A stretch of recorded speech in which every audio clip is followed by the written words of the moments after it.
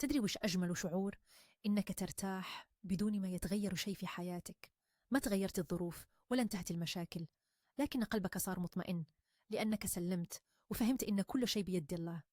الراحة الحقيقية ما تجي من البشر ولا من المال ولا من النجاح.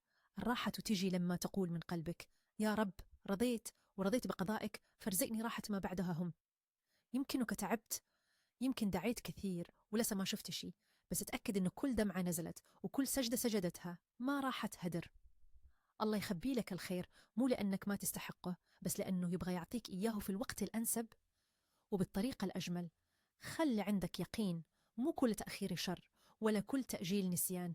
في أشياء تأخرت بس جاية بطعم الفرح الحقيقي، وفي لحظة راح تقول: الحمد لله إني صبرت.